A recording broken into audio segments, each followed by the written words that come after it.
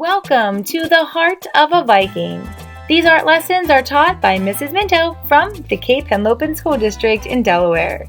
I hope you have fun, create imaginative works of art, and make sure you share them with someone because, after all, the visual arts are meant to be seen.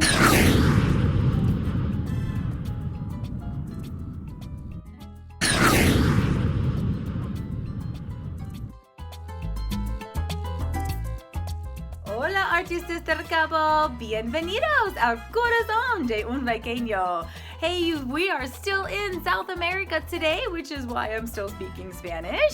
And today we're traveling all the way to South America to the country of Argentina. And while we're in Argentina, we're going to be focusing on the little city called La Boca. So stay tuned to learn why the city is called La Boca, which means the mouth. I wonder why there's a city named La Boca. Anyway, so we're focusing on La Boca because the buildings there are these beautiful bright colors. Many things in South America are beautiful and bright, like the flowers and the birds, but also these houses in La Boca. So they're going to be the inspiration for our work of art today. Now you have two choices for this work of art. You have a 2D house La Boca style project, and you have a 3D house La Boca style project, and it's up to you to choose whichever one you want. There are two different videos today, so make sure you select the video that fits whichever project you'd like to try, the 3D one that uses cardboard or the 2D one that uses regular construction paper. So you decide which one you want to try. I can't wait to see the amazing buildings that you create, and let's learn a little bit more about this peculiar city called La Boca in Argentina. Is located in the southern part of South America. It's the second largest country in South America after Brazil, and the 8th largest country in the whole world. Argentina is super rich in animal species. The coast of Patagonia is home to elephant seals, fur seals, penguins and sea lions. Sharks, orcas, dolphins, and salmon swim in the waters of the Atlantic coast. The north part of Argentina is home to flamingos and toucans and turtles and tortoises and crocodiles and caimans too. And there are some large cat species such as the cougar, jaguar, and ocelot. Patagonia is a sparsely populated area rich in natural resources. It also has herons, condors, pumas, tortoises, and guanacos, elegant animals that are closely related to the llamas and alpacas. Football is the favorite sport of Argentina, but remember, I don't mean football like this, I mean football like this. And the country has produced some of the world's most famous players. Gauchos, like American cowboys, have become a symbol of the open plains in the Pampas region. Historically, they were brave and often unruly. They are country people devoted to lassoing and raising cattle and horses.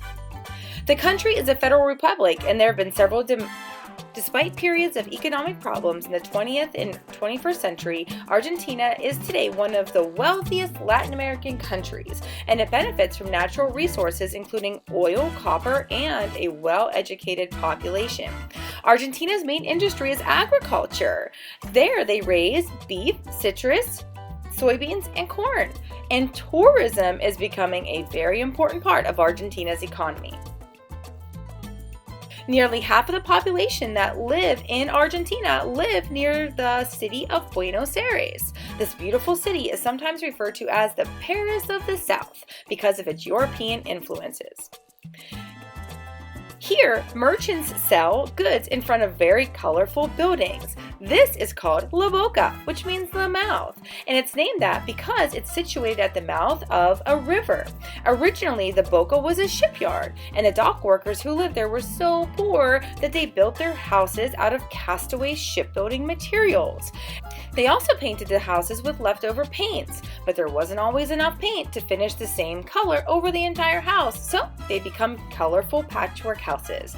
And as the years rolled by and a new port was built, people moved out of the area and the area kind of fell to decline. La Boca's revival began in 1950 when a local artist started painting the houses with the bright colors again, just like the poor immigrants had.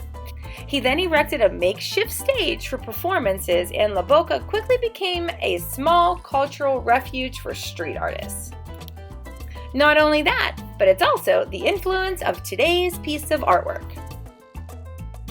So this lesson is for creating a 3D La Boca inspired house from Argentina. So follow the directions here in this video if you want to create the 3D house you see here. If you don't and you'd rather create a two-dimensional, a flat house, then go to the next video and you'll find directions there for the 2D version of this house. Okay, Cape artists, so what do we need to make this 3D La Boca house? First, we need 8 pieces of cardboard that are all the same size. Mine are 4 inches by 4 inches. Of course, ask for help from your art assistant, a grown-up or an older brother or sister if you need it. Then I have a single piece of cardboard that is a little larger. This one is 6 inches by 6 inches. You're also going to need some markers or crayons or colored pencils, whatever you have. You'll need some scissors. We'll also need a pencil and some white glue. However, if you have a hot glue gun and your grown-up says it's okay for you to use it or you to use it together with your grown-up, hot glue would actually be a better choice for this project, but I will show you by using white glue on mine that it is 100% possible for you to use the white glue. And last, you'll need some colorful paper. If you don't have any colorful paper, you can always take some white papers and color them the color that you need, or find as many colorful papers as you can.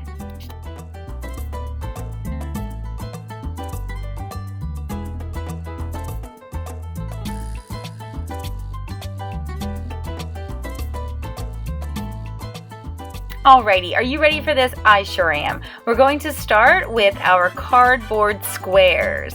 Alright, so find those 8 small cardboard squares, and we're going to start with 3 of them, and we want them all to be the same color. So I'm going to take one of my squares, trace it on my colorful paper. I chose purple for this part, and I'm going to do a little bit of my creative artist cheating. That's the double cutting.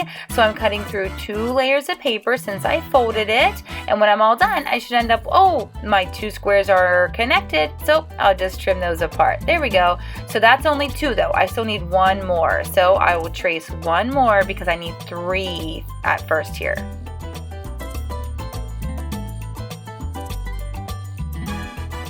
Okay, so now I'm going to go ahead and show you what's going to happen here. We're going to have 2 walls on the side and 1 wall in the front.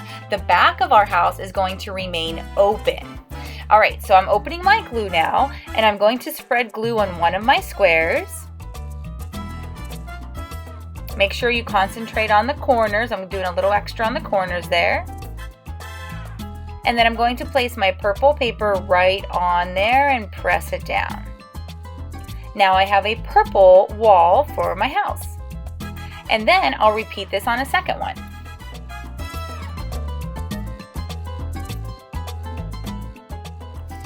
Alright, so now before I get to this third one, I actually want to draw a little bit on this square. So this is going to be the front of my building, so I want to create a door and a little doorknob there. I know it's hard to see on my purple paper, but I promise I'm going to make it darker in just a second.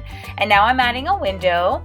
And I think I want a window on the front of my building as well, so I'm making one long window going across. Now I have 2 choices to be able to see that better. I could trace them with marker and color them in with marker or crayon or colored pencil, or I can use some of my colorful paper and cut out shapes and glue them on. So whichever choice you want to do, I'm going to be doing a little bit of both. Sometimes I'll draw on my paper and sometimes I'll cut the shapes out of colorful paper and glue them on.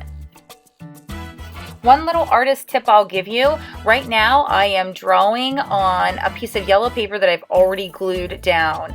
Sometimes the wetness or dampness from the glue that's holding that yellow paper onto the purple one will affect the way my marker works. It makes it seem like I can't draw in a spot if it's too wet. So in hindsight, I should have drawn on the paper first and then glued it down whenever I was finally finished, or glue it down, wait for it to dry, and then add my details. So just a little artist tip there. And then whenever you're all done, you can glue that to that third piece of cardboard. And now I have my 3 sides. Okay, so moving on to this piece. This is the largest piece I have. I only had one. Remember, it was 6 by 6. This is actually going to be the ground. So I'm going to make mine green like it's grass, but you don't have to. You could be creative. You can make it any color that you want. So I'm going to make mine green.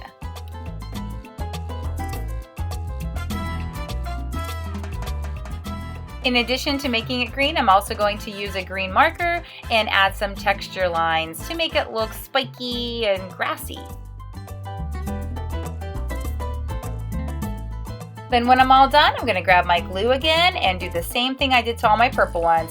Put some glue on there and press it down.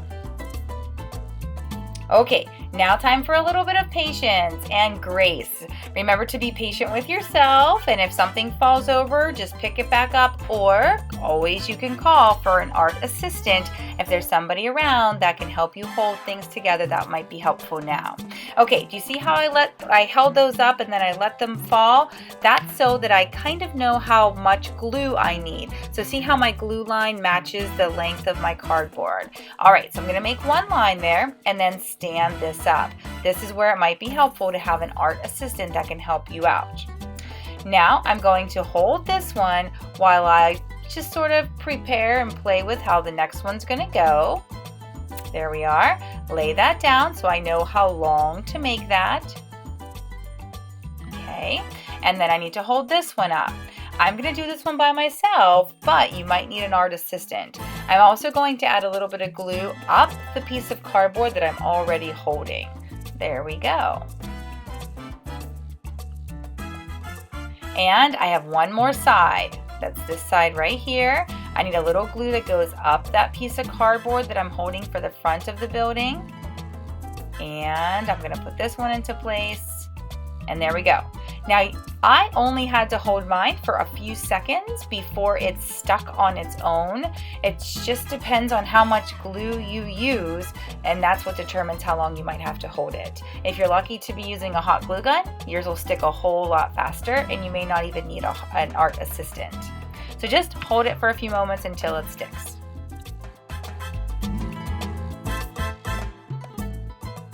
And then whenever you can let go and it doesn't fall over, that's how you know that it's done and it's holding itself in place.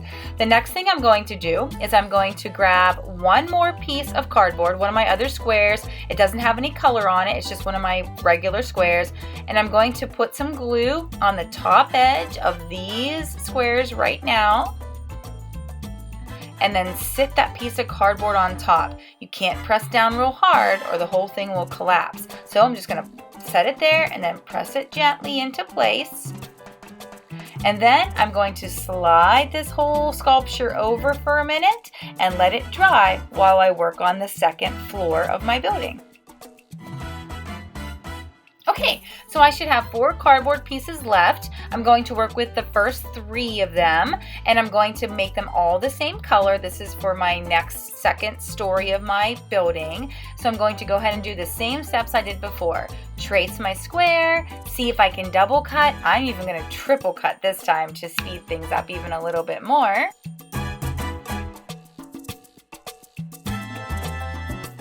Alright, so I'm going to select one last color and trace one of my squares. This will be for my rooftop.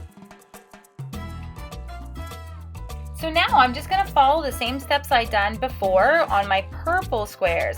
I'm going to draw on the papers while it's still dry before I have any glue under them holding them to the cardboard. I'm going to cut pieces from my scrap papers to make windows or doors or anything that I think that I need like that.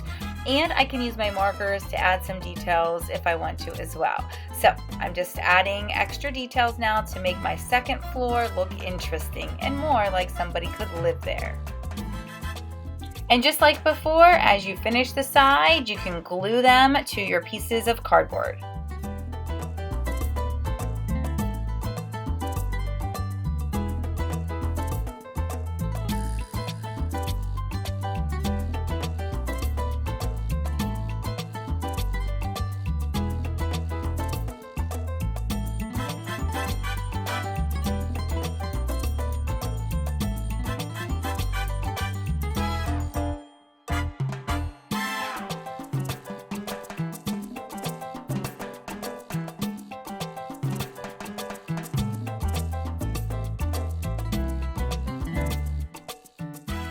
As for the rooftop, super easy peasy. You don't need to put anything on there. I'm just gonna put some glue on my piece of cardboard and glue my orange rooftop to the cardboard.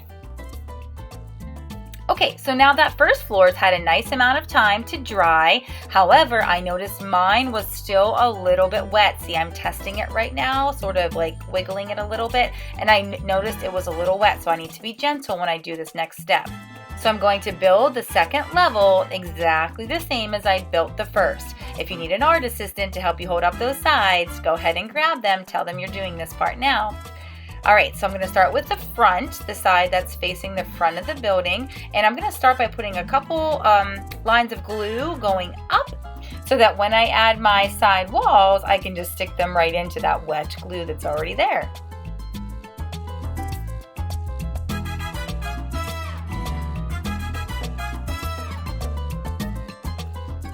I apologize for being a little bit out of the screen here, but apparently I wasn't working straight down under my camera. Okay, so now I'm going to put a little bit of glue along the top edges. This is the same as what we did on the first level. So on those 3 top edges, I need some glue, and then I'm going to lay my orange rooftop right into that glue. Now, just like before, the second level needs an opportunity to dry. But when it is dry, you have something that looks like this. You can add as many levels as you want. You can add a neighboring building, and then when it's dry, you can play with it like this. I'm sure you have some toys at home that would love to play and live in the little spaces that you've just created. Well, I hope you had as good of a time making this as I did. I hope you learned a little bit of something about building in 3 dimensions, which is exactly what you did. I hope you learned a little something about Argentina and the city La Boca. I hope you have a great rest of your day, and I'll see you back here next time at El Corazón de un Pequeño. HOB artists, don't forget to hop on over to Artsonia to upload a photograph of your piece of artwork to your art portfolio. I can't wait to see it.